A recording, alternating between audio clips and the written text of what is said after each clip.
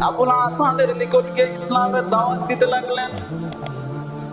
আবুল আসাদকে বললেন, হে আবুল আসাদ, তোমাকে আল্লাহ তাআলা বিশাল সুঠাম দেহের অধিকারী বানিয়েছেন, অনেক শক্তি দিয়েছেন, অনেক সামর্থ্য দিয়েছেন।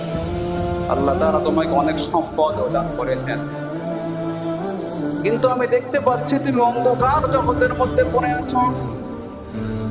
এখন যদি সেখান থেকে তুমি বের হয়ে জান্নাতের পথ, আলোকিত পথে যদি তুমি যেতে চাও, তাহলে তোমার ওই জবান তারা বলতে হবে আল্লাহ তাআলা তাওহীদের ঘোষণা দিয়ে, এবং আমি নবীকে মেনে তোমাকে ওই তাওহীদের ঘোষণার উপরে অটল থেকে তোমার বাকি জীবনটা যদি পরিচালনা করতে পারো, তাহলে আল্লাহ রাব্বুল আলামিন তোমাকে ওই অন্ধকার জগৎ থেকে টেনে তোমাকে জান্নাতের রাস্তায় আল্লাহ তাআলা নিয়ে যাবে।